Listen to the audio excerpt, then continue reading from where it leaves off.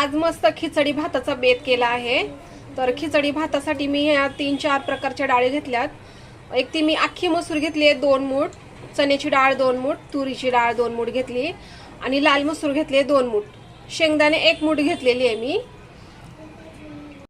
आणि एक बटाटा घेतलाय, त्याच्या लहान खापा करून घेतल्या। तुम्हाला हवा असेल तर टाकू शकता, नको असेल तर नाही टाकू शकत। कुकर मध्ये तेल टाकून मी तेल गरम करून कट कर। तर कुकर मध्ये मी तेल घालून घेतले खिचडीसाठी। तर आता मी त्याच्यामध्ये मोहरी घालून घेते। जिरं पण घालायला हवंय, पण माझ्याकडे जिरं नाहीये त्यामुळे मी जिरं नाही घालत। मोहरी चांगली तडतडली आहे। आता मी त्यामध्ये लसूण घालून घेते।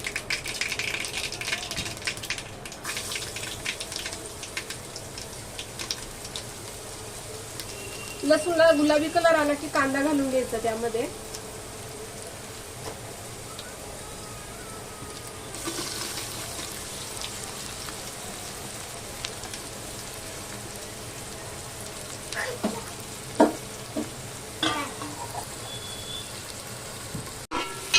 कांदा मिक्स करून घेते। कांदा पण जरा परतून घ्यायचा आहे, मग टोमॅटो घालायचा त्यामध्ये। आता कांदा जरा परतून घेते। कांदा चांगला लाल झालाय, टोमॅटो घालून घेते त्यामध्ये। टोमॅटो जरा थोडासा जास्तच घातलाय, कारण खिचडी करायची ना। खिचडीला जरा टोमॅटो जास्त घातला की चव जरा चांगली छान येते। आता टोमॅटोला पण जरा परतून घेते चांगला।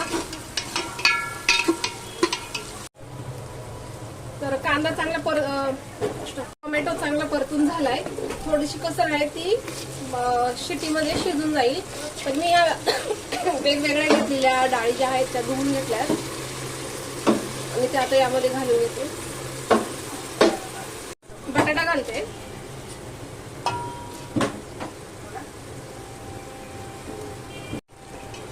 मिक्स करून घेते आणि यामध्ये आता मसाले पण घालायचे।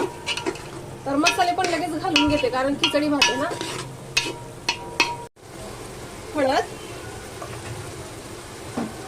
लाल मसाला, धना पावडर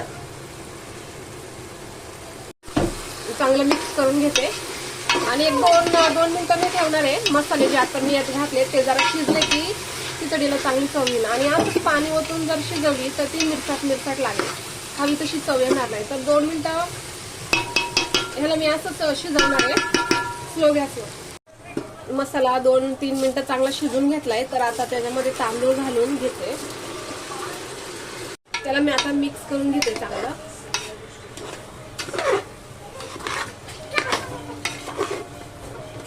पाणी घालून घेते।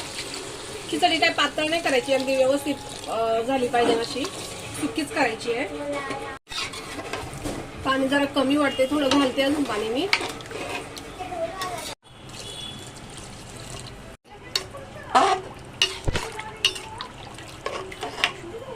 मीठ घालते 2 चम्मच।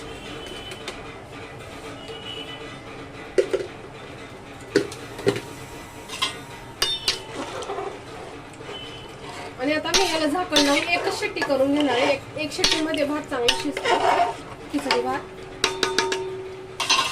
लावून घेते।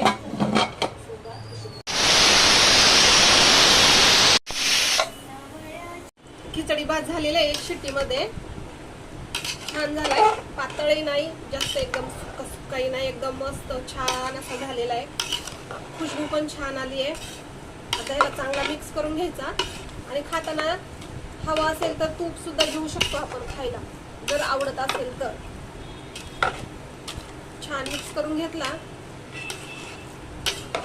की घ्यायची खायला। ठीक आहे, झाली चांगली मस्त गरम गरम खायची। छान अशी खिचडी झाली आहे आणि त्याच्यासोबत पापड आणि लोणचं खूपच छान।